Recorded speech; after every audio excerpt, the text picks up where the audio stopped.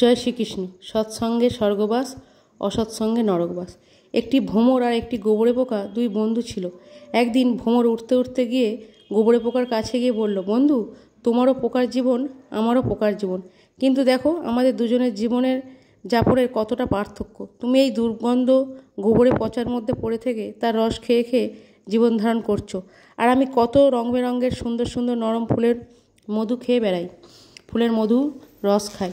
তুমি আর এই পচা গোবরের মধ্যে পড়ে না থেকে আমার সাথে চলো, তুমিও ফুলের মধু খাবে। অনেক বোঝানোর পর ভ্রমর অনেক কষ্টে গোবরে পোকাকে রাজি করিয়ে গোবর পোকাকে নিয়ে গেল।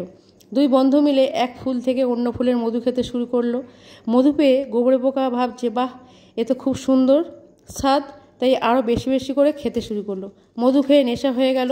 তারপর গোবরে পোকা নরম ফুলের ওপর ঘুমিয়ে পড়ল। ক্রমশ সন্ধ্যা ঘনিয়ে এলো। সন্ধ্যার সময় প্রাকৃতিক নিয়মে অনেক ফুলের পাপড়ি মুদে যায়, প্রায় বন্ধ হয়ে যায়। গোবরে পোকাটি যে ফুলটিতে ঘুমিয়েছিল সেই ফুলটিও মুদে গেল, আর ভ্রমর তার নিজের বাসায় চলে গেল। পরের দিন সকালে এক ভক্ত সেই ফুলটি তুলে নিয়ে গেল ভগবানের পূজার উদ্দেশ্যে। গোবর পোকা কিন্তু তখনও ফুলের মধ্যে। এদিকে ভক্ত সেই ফুলটি চন্দন চর্চিত করে ভগবানের শ্রীচরণে অর্পণ করলেন। কিছু সময় পর ফুলটি যখন পুস্ফুটিত হলো, তখন গোবরে পোকা ভয়ে ভয়ে তাকিয়ে দেখে, আমি কোথায় এলাম? আমি তো ভগবানের চরণে। আমি একটা গোবরে পোকা, যার স্থান ছিল পচা দুর্গন্ধ গোবরের মধ্যে। সেই আমি কিনা আজ জগৎপতির চরণে।